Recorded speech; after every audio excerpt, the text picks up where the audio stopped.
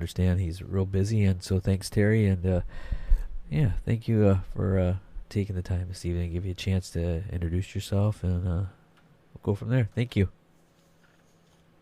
Okay, just go ahead then. Yeah, we can start.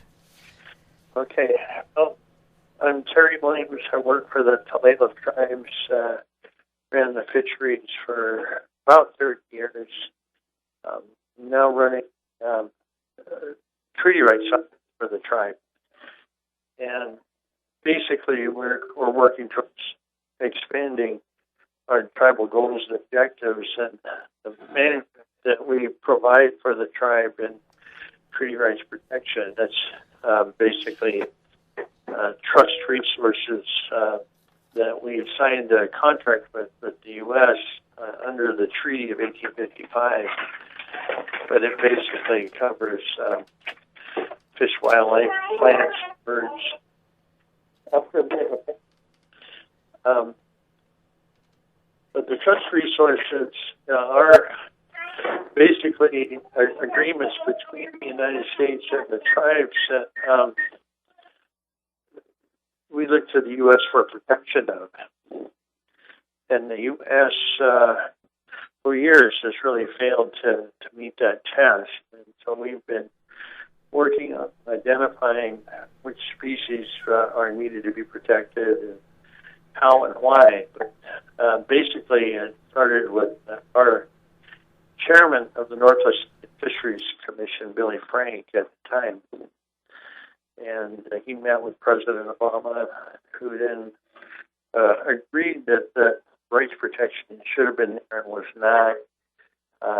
He had Billy and the commissioners of the Northwest Indian Fisheries Commission, 20 tribal members, 20 tribes in western Washington, and went through the whole decision. Had us meet with the Council of Environmental Quality, CEQ, at the White House, and walked through a lot of the issues. And subsequent to that, CEQ took the issues to the administration with the White House. And after lengthy deliberations, which I think were over 3 years now, have agreed to looking at what they call harmonizing federal law. That is that they want to take the laws that are supposed to be met under the Coastal Zone Management Act and other protections by federal agencies and make sure that all the agency states and local governments are meeting those. And from the tribes, we're doing the same thing, looking at it from that federal down to local standard to make sure standards are being met and the issues that we are managing can manage to recovery. But certainly there are a lot of things that we need to cover, and since I took over the Treaty Rights Office with the tribe, we're not only working on state and local fisheries and fisheries protection, but national and international. We work with salmon, with California, Oregon, Washington, Idaho, Canada, and Alaska on recovery programs. And on the habitat side, work with not only the states, but with the Convention on Biological Diversity in the UN and with the World Intellectual Property Organization with Geneva. And we're looking at the different, not only federal laws that were signed by the tribes and supposedly managed for the tribes,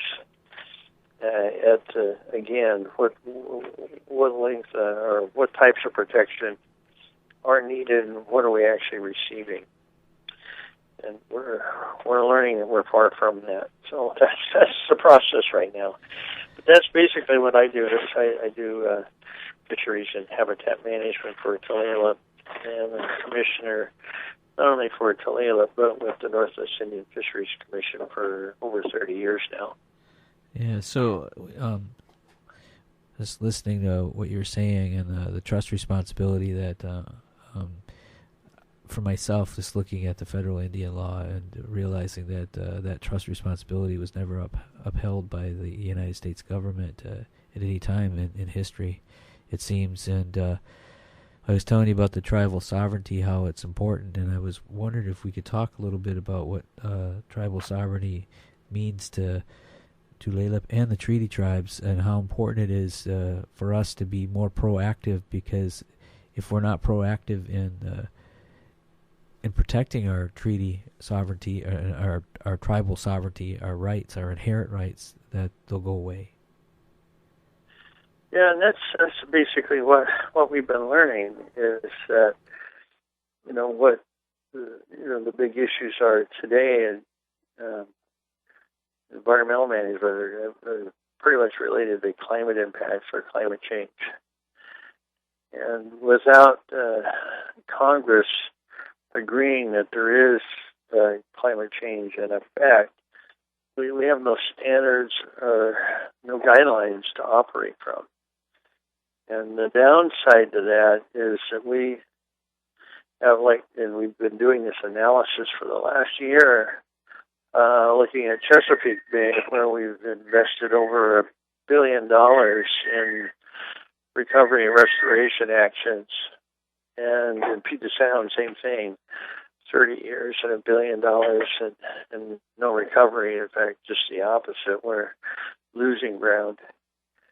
It's evident by the loss of plankton and other species that are important to us. But we're trying to look at, how do we first establish, some guidelines or parameters that will help to identify the levels of protection we need to get to, and then how to manage for that, and how do we actually get that accomplished. And that's a great deal of our time now is just describing those types of protection. How would ourselves get involved to help with our environment? Like I know we're all here, and native and non-native folks are here, and the water is extremely important to all life, and we have to take care of it. So how would we get involved to help protect our environment? And what would that look like for us as more and more people? I keep on hearing Billy's in my head that more and more people are going to come to the state of Washington. More and more people are going to move here, and they're not going to know anything about us. And we have to keep educating. And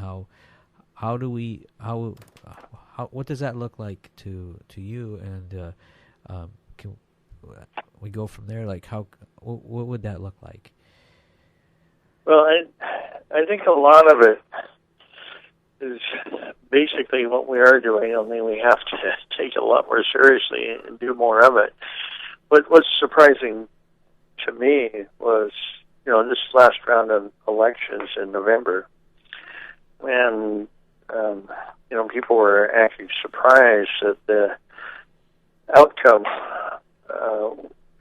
came the way it did, with the House and the Senate now in control of the Republicans and the president with the Democrats.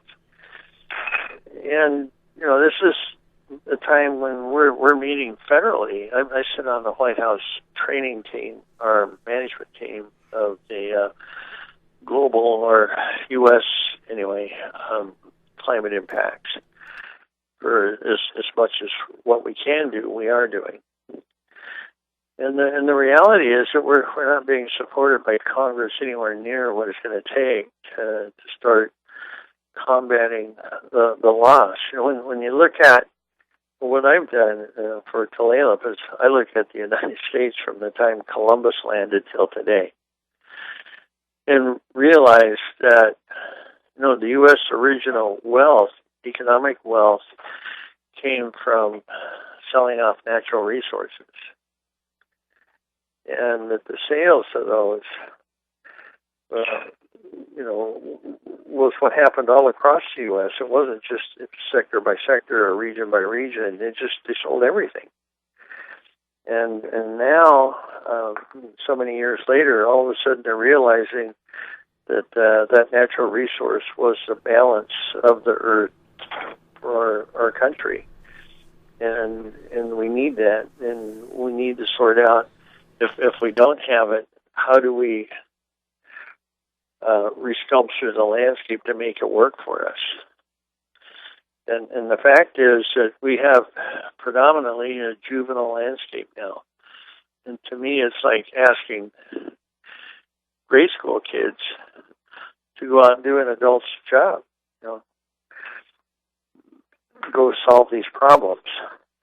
And they're nowhere near educated or prepared enough to do that or to understand, the science behind it.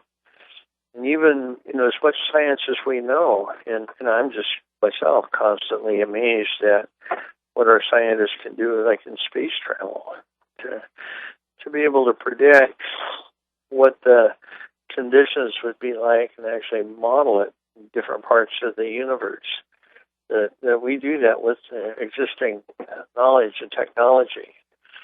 On the other hand, if you ask them to go in and restructure a local landscape,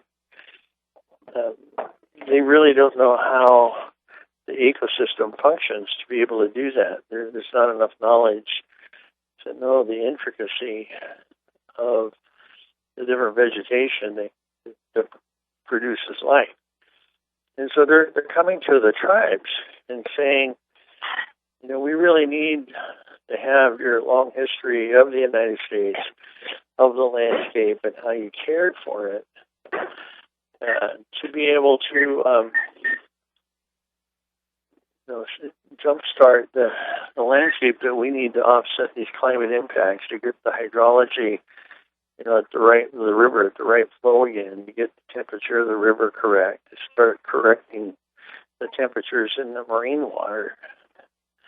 They don't know how to do that. So they ask us, they're telling us that they'll utilize our information, but at the same time, they're claiming the knowledge for themselves. And in fact, as we're talking about it, they're writing it into a treaty in Geneva, saying it's their ownership. So we've got to get people to better understand, when people first moved to the United States, that it wasn't new land or a free taking. Right. The allotment process, caused 90 million acres of Indian land to be removed from Indian ownership.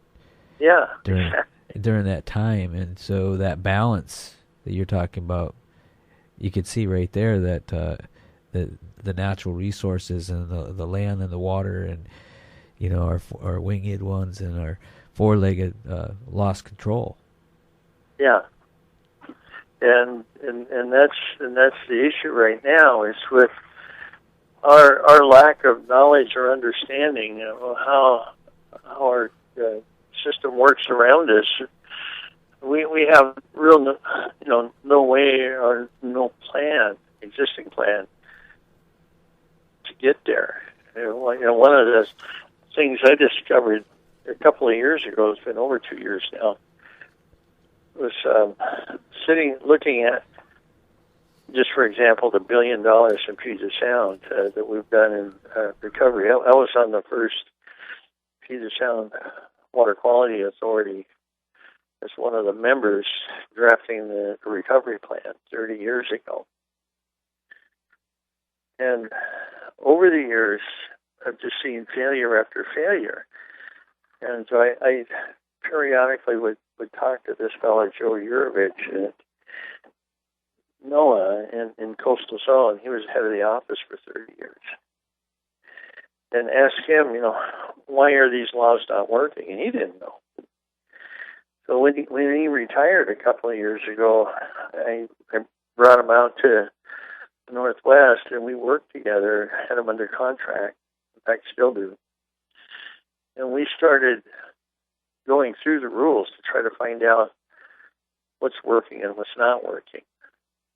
And as we went through it, what he realized, this is after 15 months of scratching our heads, he all of a sudden realized that his staff in Washington were not scientists. They're more planners. And that as planners, when the states and local governments would send in their Coastal Zone Management Act updates through the Shoreline Management Act and through critical area ordinances, they did that in scientific terms. And instead of having those translated to understand whether or not the states and local governments were meeting the rules, they just stamped them good enough and kept on going. And we kept putting money into these plans that didn't meet the test of the act to begin with. So now we're working with the federal agencies and the White House, trying to figure out how we're going to solve that problem. But those are the types of problems that I didn't talk about much 2 years ago, but now I do very openly, saying this is crazy. How do we continue to try to figure out how we're going to survive the shift in just the marine water itself? Currently, we've lost over 20% of the plankton in Puget Sound. And that number isn't verified, but we've heard anywhere from 20 to 40%, but the percentages are irrelevant. The bigger problem is that plankton are dying, and we don't know why. And we're not even asking the question well enough yet. And those are the types of questions that we need to ask. We need to ask the administration. We need to ask the Congress to say, how would you ask that question, and how would you get results? I'm just thinking about what you just said, and something's dying in the water, the plankton, and when I hear that, I know something's wrong. And it doesn't, like you said, it doesn't matter what percentage is happening, that the water's dying. Yeah. And how do we, again, that question for me is, I want to be more involved, and I'm understanding a little bit more about policy and how do we. I want to become a better person that verbalizes things through policy and understand that the sovereignty has to be protected in order for the tribes to be. Because if it wasn't for the tribes, there wouldn't be anything left right now. I know that for a fact worldwide, and being in the Northwest, the tribes that are here that are preserving the environment, and we have to get everybody on the playing field because, more, like I said, more people are coming in, and they look at the water and they say, "Oh, it's beautiful," but they don't understand that what's happening on it, and we have to become better at some of the policies that have been written over time and are continue to be written that are taking away, like Hank Adams said, that the sovereignty of the water. Yeah. There's no question. If anybody would know, Hank would know. He's been at the center of this for so many years. Just Billy and I both marveled at him, at his ability to be able to, just be who he's been for all these years, and to keep the questions on the table and keep pushing. The downside is, here's Hank, who's been at this for probably pushing 40 years now. And, he isn't any farther along than we are. And that's what's really troubling, is that somewhere, we have to push buttons better than we have in the past to get results. And so when we're looking at the plankton being gone, that's just the tip of the iceberg. We've got the glaciers that are melting for Quinault. Their glacier completely disappeared in 2011. It just melted and it's gone. It hasn't returned. With the Skykomish, I'm not sure where they're at. I need an update. But my guess is they're well over 50% gone. Our forests are gone. As far as old trees, we just don't have those anymore. Most of it's juvenile. The eggland, isn't what it used to be. The developable land has had huge developments, and sea level rise is coming up. It's affecting our saltwater shorelines, our freshwater aquifers are being inundated with saltwater intrusion to the point that landowners are starting to sue. That many communities are already building bulkheads to try to keep dry the sea level rise already, and it's only up 12 to 14 inches. It's got more to go. Right. In another 20 years, it's likely to increase that much again. But we haven't even really began to say we have a problem. And that's what's so frustrating about the tribes and the treaty rights is we're now starting to get attention and get the Congress to know that these aren't just simple questions, that they're obligations to the tribes. And they're so late in response that it's going to take some serious action to try to find a direction. And that's what we don't know if we have what we have to do. We've got to be a lot more clear about our actions because it's so little, so late. It's just extremely frustrating.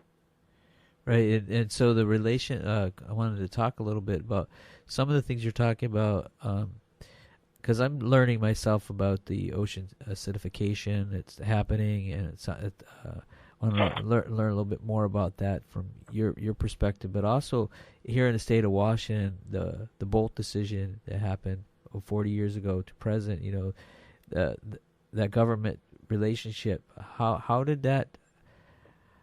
How do you see that being played out now in 2015 to really insert those sovereign and inherent rights that we have to get the government to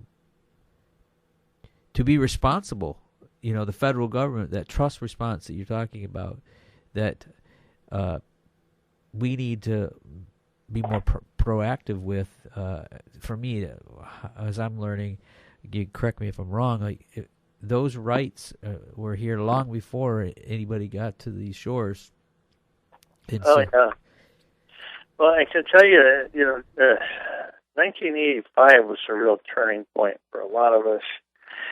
And in 1985, we did a number of things. One was we pressed the state of Washington to change their forest management because we realized that the forest wasn't producing fish or habitat or water like it had previously, and we forced a new agreement called Timber, Fish, and Wildlife, which worked from the federal agencies on down to tribes and through state agencies and local governments as well. This is through forest landowners, through the Forest Service, through BLM, to U.S. Fish and Wildlife, to timberland, like the Weyerhaeuser types.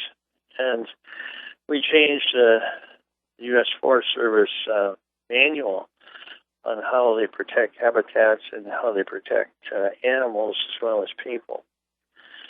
At the same time, by joining the Puget Sound Water Quality Authority, we got the federal, state, and local government to start agreeing on changing water standards and water quality standards, both freshwater and marine water.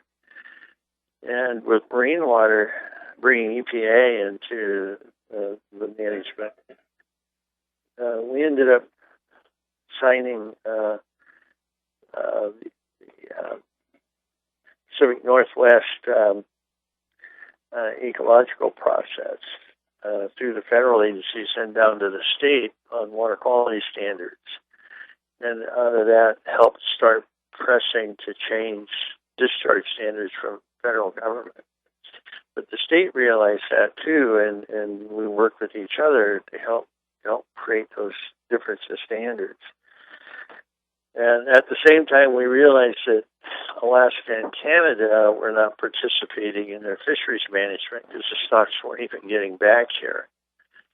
So we ended up creating the Pacific Salmon Commission. We actually negotiated with the tribes in the state of Alaska. We worked with the Canadians in looking at how to restructure their agreements and to get down and try to find a management system that worked better between the United States and Canada through the Pacific Salmon Treaty. But that treaty, when we actually signed it, what it did was the tribes recognized that we were really ticked off at the federal government right then, and we couldn't trust them. So in the treaty, we had the federal agencies as stakeholders. they were on a ex officio. They could be there and they could participate, but they couldn't vote. It was just the state and the tribes and the state of Alaska that could vote, and then the Canadians.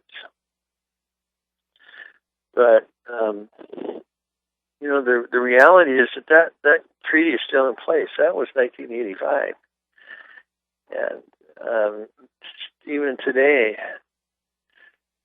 the federal government relies on us to help keep that direction going and help.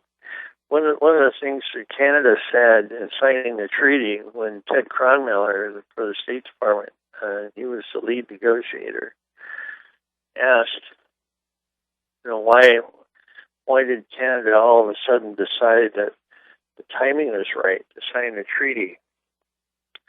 They said it was because of the tribes' modeling, coho model that we had created and put in front of them just prior to the agreement that impressed them. They felt that we finally had a tool between the United States and Canada to actually measure results and being accountable. And it wasn't just political decisions like it had been in the past. But, again, to me, it's kind of like in '86, I was just finishing up a tour with EPA in Washington, D.C. I opened the first Indian office. What's that? No, I'm still listening. Oh, okay. I was just finishing up a 2-year tour of EPA in Washington, D.C. With the Indian office. I opened the first office and brought all the tribes in the U.S. together. And at the end of that tour, I pulled in the tribes, the members of the National Tribal Environmental Council. We had 119 tribes participating then. And then all the 10 regions of EPA. We were in Northern California. I gave a talk on climate impacts. This was in '96. That was before, the New Orleans hurricane and a number of other things. But I talked about what was going on in Alaska, Washington, Oregon, California, across the Midwest, on the East Coast, the changes in the temperatures, the changes in wind direction, the changes in precipitation, the changes in fire, hurricanes, tornadoes, everything, all of that. And just about 2-3 years ago, I ran into a fellow that was at that conference, and he stopped me and he asked me, he said, did you study under the shamans? And I said, no way. He said, I listened to you give that talk. He said, everything you talked about has come true. He said, everything, down to the hurricanes and tornadoes. And he said, it's just, how did you know all that? And I said, I didn't have to study with the shamans. People write about it. I read the papers, I read the books, I read the articles. I'm trying to understand what's going on and what's falling apart and why. And I told him that's our biggest weakness in the U.S. is our lack of understanding. We're not a people of knowledge. We're a people who just work and eat and sleep and do what we do, but we don't pay attention to the world around us. And everything is changing so radically, we got to start paying attention. Yeah, we're going to go away. Yeah. And that's my message now is that we don't have the luxury of ignorance. We do have to be persistent in understanding these impacts and trying to figure out our next step. What do we do to survive this? Absolutely, and I know, like our ancestors have told us time and time again about what is unfolding, and that for me, the U.S. Government needs to step up its trust responsibility to the tribes and all of us, and we need to. If we don't come, all of us come to the table. That's what I'm trying to say is we're gonna go away. It's like we're all in. Many people have said it, but like we're all in the same canoe. We either pull together or we're gonna sink. And the tribes know. They live on the water. They've always lived on the water. They know what's going on. We need to start to listen. We need to start to listen 250 years ago when they got here. But you know what I'm saying? Like, it's just that we what you just said sparks, like, we have to pay more attention to our surroundings and become better stewards of the land by listening and actually being more involved in the process. That's one of the things that I'm learning myself, is that I've never really trusted the government. Even I know Creator's got a sense of humor. I work in the government, but I've never really trusted it to the fact where I know I've seen what has happened to the First Nations everywhere in the world. But if we don't get involved, especially with the policies and the things that are going on, we're all going to go, and I don't want that. And you're exactly right. In fact, in this Convention on Biological Diversity, Preston Hardison on my staff, he and I joined that together. Well, actually, I met him at one of the first meetings. I was in South America, Buenos Aires, and not for the U.S. Interesting, it was. I was actually brought to South America by Canada. I was under contract with them to help develop their biodiversity planning process. I was asked by the tribes originally, and then the government asked me to step in, and I did. Meanwhile, I hadn't really paid that much attention to the U.S. in that process. But the tribes in Canada were struggling with the treaty negotiations they were going with, so they asked me to help. And anyway, I met Preston in Buenos Aires, and he was working for Canada. And what I was brought on was kind of the same reason he was there. They were trying to look at how do we put together a plan nationally that makes sense for the environment and makes sense for government to honor in order to, do better protection of their trust resources. So we were looking at all of those. And Preston was pretty much doing the same thing for the Canadians. And as I started talking to him, I realized that, as we look at our planning from Alaska to South America and how we manage the ocean, how we manage our fisheries, how do we do all of that? After a little bit, okay? She sounds cute. Yeah, I know. Yeah. Oh, you're 7. Yeah. Yeah. Oh, no, don't get in there now, baby. We'll do that later, okay? Yeah, anyway, we realized that we need to have those connections. And it was meeting with different Indigenous people globally that helped drive that in, was that, we've been listening to these stories of Indigenous peoples in South America or Africa or wherever, and they're talking about the need to,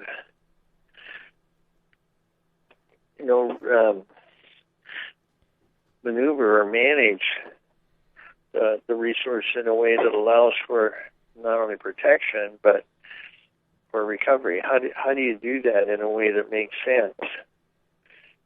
And they're right. If you're not, if we're not paying attention to the overall health you just can't get there. And it's just there's no way to to answer the questions. You've got to have specific detail in every location. And that's what we were trying to do. We're at the time, and we still are, setting up a computer program that allows us to query any tribe in the world and get responses on different types of issues or different types of conditions. And I think out of that, what happened here was we were looking at the loss of the Quinault Glacier, looking at our own, and asking what can we do, because at the time it seemed pretty insurmountable. But as we started asking questions, the answer we got was pretty simple. The people in Nepal wrote to us and said that what they did when their glaciers melt, they went above 5,000 feet and put in a dam. And from that dam, that was a stair-step dam. Instead of just one big wall, they had several holding ponds. And they would let the dam flow at a rate that was there was a rate that would had allowed them to grow their crops for years. And what they realized that after doing that and having more control over the outflow, they actually ended up producing 2 crops a year instead of 1. And they're pretty happy about that. That's pretty exciting. We just got a couple more minutes, Terry, and I really do appreciate you taking the time with us. I understand that what's going on there, and but I think it's very important for us to continue to have these conversations so that people that are listening can get more involved and understand that if more that we work together, the more that we can get things done.